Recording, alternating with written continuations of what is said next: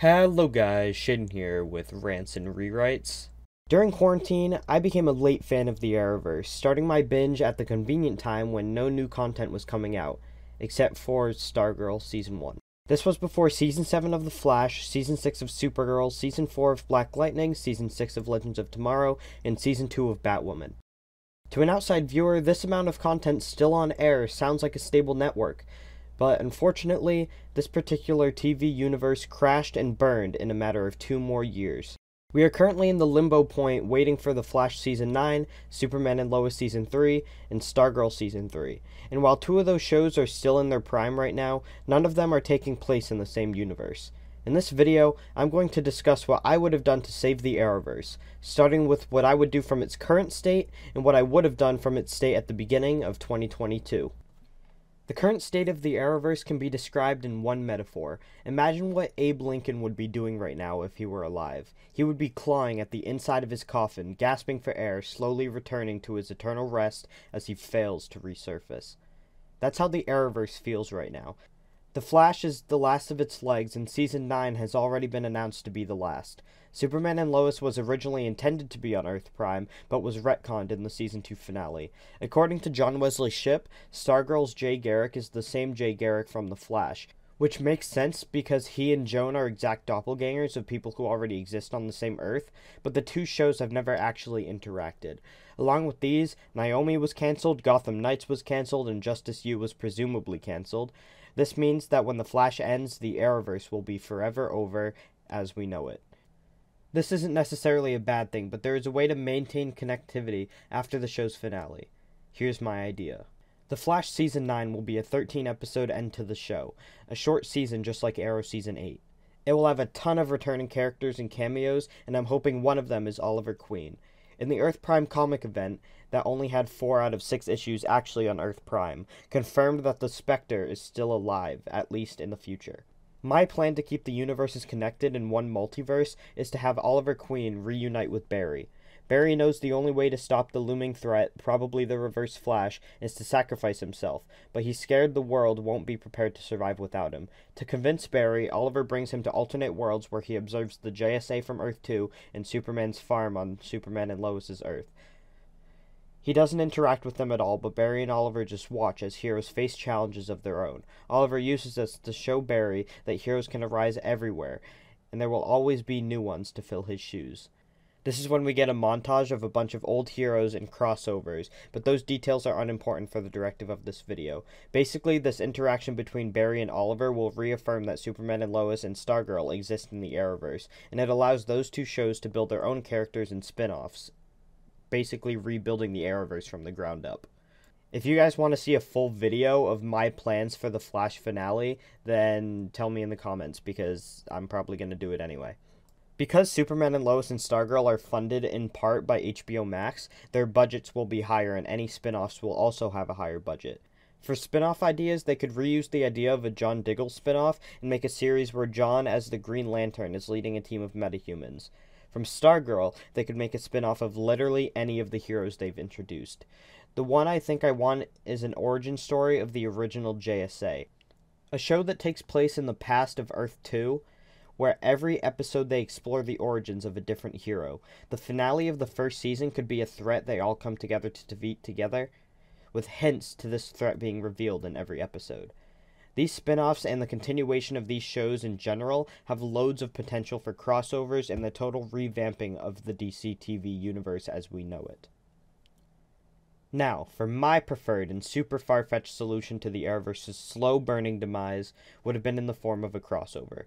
This crossover would have taken place shortly after the series finales of Batwoman and Legends of Tomorrow, meaning Superman and Lois still takes place on Earth Prime, and John Diggle hasn't rejected the Green Lantern ring. I don't watch Batwoman, so I'm sorry, but this won't resolve any of its finale's cliffhangers, if there were any. But it does give a solution to the cliffhanger of Legends of Tomorrow. This crossover would take place over 3 parts, with the 3rd part being a special independent release called Hall of Justice: Kingdoms Rise. The first part, on Superman and Lois, would open with a scene of Earth 19's Accelerated Man fighting Jordan Kent's Earth 19 doppelganger. Accelerated Man would manage to tackle Jordan Kent into a Speed Force portal, then close it, trapping him inside. This would be the origin story of Superboy Prime, a Kryptonian infused with Speed Force, allowing him the ability to alter reality. It could be explained that being saturated in the Speed Force for so long gained him the indirect connection to all the forces, allowing him limited powers in time, speed, strength, and telepathy. When he escapes the Speed Force, he winds up on the Kent farm of Earth Prime and challenges Jordan Kent to a battle, claiming that he needs to be the best Superboy of any Earth. Clark reluctantly allows Jordan to step in, but Jordan is getting very easily tossed around. As this goes on, the episode cuts to Barry and Iris's loft, where Speed Force Nora appears in the middle of a date night to alert Barry that a prisoner escaped the Speed Force. Nora brings Barry to the Kent farm, and he, John Henry, and Clark save Jordan. Superboy Prime flies away to cause destruction and return at a later date. In the Kent house, Speed Force Nora tells the Kent family and Barry that this threat is too strong for any of them to handle, prompting the formation of the Hall of Justice. When they arrive after calling on the rest of the team, only Martian Manhunter, Supergirl, and Black Lightning show up. They decide they need to find Kate and Sarah, so they split into two teams. Barry and Kara ask Ray Palmer for help in finding the Legends, which leads them to the 31st Century Time Prison. When they try to break in, Toyman and Valor show up with the Legion of Superheroes, but are convinced to free the Legends because Kara is an honorary Legion member. Meanwhile, Clark easily finds the Batcave in Gotham because of his history with Earth-38's Bruce, and encounters Ryan Wilder and Luke Fox. He reveals himself as Superman and recruits them both to help. Back at the Hall, Barry gives a speech before all the heroes who came to help, and initiates John Diggle's Green Lantern, John Henry Steel, and Ryan Wilder's Batwoman into the now-named Justice League. The rest of this crossover idea is a bunch of fanservice-y stuff, and I wanted to include endings or arcs to a bunch of incomplete characters. So here's a list of things that I would want to happen in chronological order. If you want a full script reading of this crossover I planned, I wrote most of it, and I will do the rest if people want it.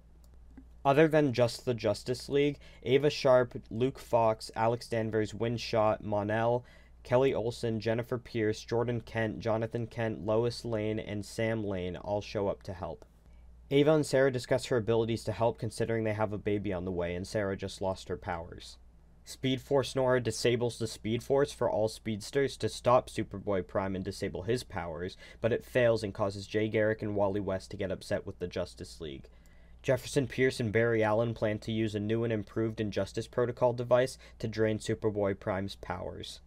Because it's the Arrowverse, there's going to be awkwardness between Alex Danvers and Ava Sharp because of Alex's previous relationship with Sarah, which doesn't make much sense because they're both happily married now, but let's just ignore that for the sake of the story. Jay Garrick will introduce Jennifer Pierce, Jonathan Kent, and Jordan Kent to the JSA of Earth-2 and form a Young Justice team with them. Jay Garrick and Pat Dugan reunite and become the overseers of Young Justice. In training, Jordan and Jennifer will fight and Jennifer will win, and also in training, Wally will teach Superman and Supergirl how to phase. Part 2 of the crossover will open with Jay Garrick's origin story of fighting the ISA, losing to Icicle, and fleeing to Earth Prime with Joan.